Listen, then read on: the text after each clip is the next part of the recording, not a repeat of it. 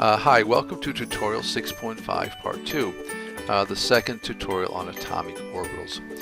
In this tutorial we're going to talk about 3 of the 4 quantum numbers. The 3 quantum numbers are n, L, and m sub L, and we're going to try to just kind of get a pretty concrete image of what's being referred to by these pretty abstract ways of designating how electrons exist in an atom. So first, n. What are we talking about? If we say n equals 3, we're talking about an electron sitting in the 3rd energy level. We, in the past, would have just thought of it as the 3rd Bohr type orbit. It would take energy to get, say, from the 1st up to that 3rd orbit, and we have an electron sitting up in that 3rd orbit, or we're now saying in the 3rd energy level, because there's more sophistication to how we're thinking of the way the electron is existing. What do we mean by L?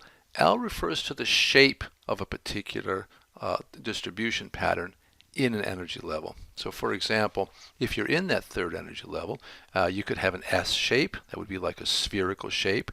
That is, if you looked over time where that electron has existed, over time it would look kind of like a spherical shape distribution of places where the electron exists.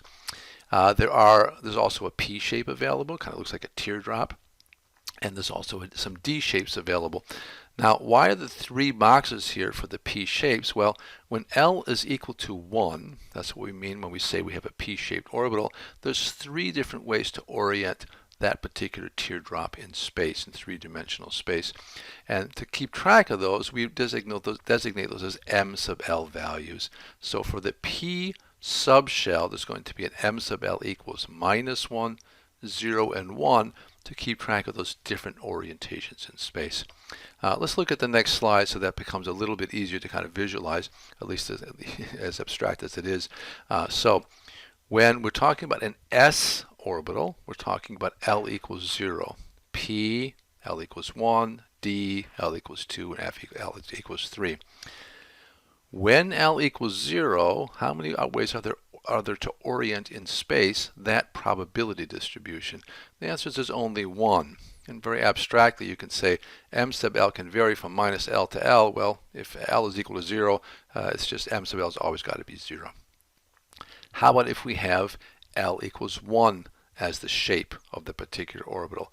Well, now there are 3 ways to orient that particular orbital in space, and they correspond to m sub L equals -1, 0, and 1.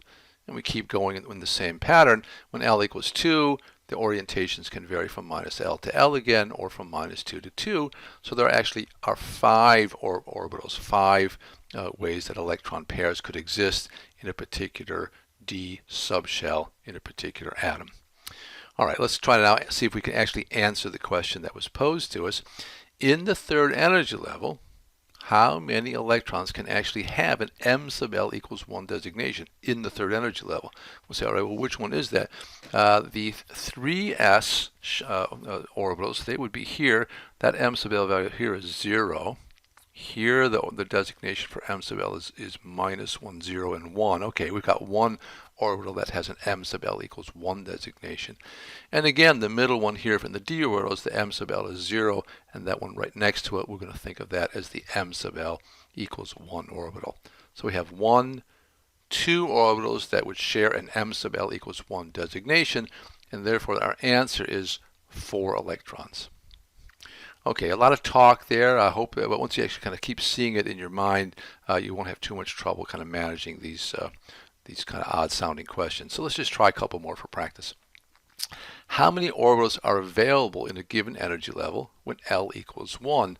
Well, that's kind of an easier question because it's just saying, look, if L equals 1, what am I talking about? I'm talking about these p orbitals. So I don't care what energy level I'm in, the 2nd, the 3rd, or the 4th, the L equals 1 shapes, there's always 3 different ways to orient those in space. So there's always going to be 3 orbitals in any energy level that has an L equals 1 subshell or shape of orbitals.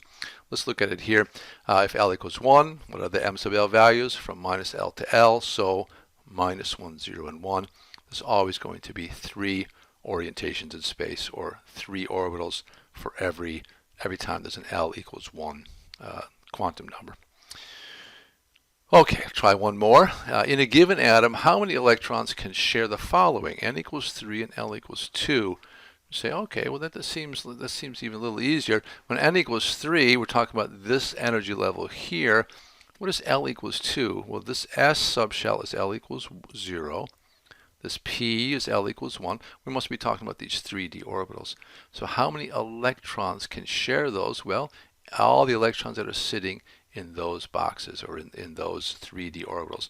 Since there are 5 boxes, 5 orbitals, it looks like the answer must be 10. And that's exactly right. And you can see it kind of more formally here. If L equals 2, the orientations in space are between -2 and 2, or 1, 2, 3, 4, 5 orbitals holding 2 electrons apiece. So the answer for that would be 10.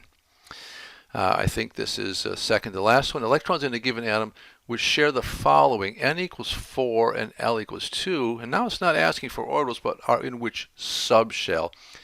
Well, L equals 2 always refers to which set of orbitals. That is, this is L equals 0, L equals 1, L equals 2. We're talking about the d orbitals here. So therefore, which subshell are we talking about? If we're in the 4th energy level, we're talking about the 4D subshell. If they had asked if n equals 3 and L equals 2, what are the subshells, when it would be the 3D. And if it was talking about the 2nd energy level, you'd say, well, there isn't any. There are no d orbitals in a 2nd energy level. And I think that's it. So that's just another way of asking the same kind of question. So notice what's going on here. We have 3 quantum numbers of the 4 that we're using to describe how electrons exist outside a particular nucleus of an atom. N equals, an N value tells you the energy level, L the overall shape, and M sub L the orientation in space. And it's kind of abstract, but I think you can kind of get used to it. We'll see when we move on to the periodic table that we can use these numbers to kind of describe orbitals, and things will start becoming a little more concrete for us. All right, we'll see you in class to kind of practice this some more. Thanks.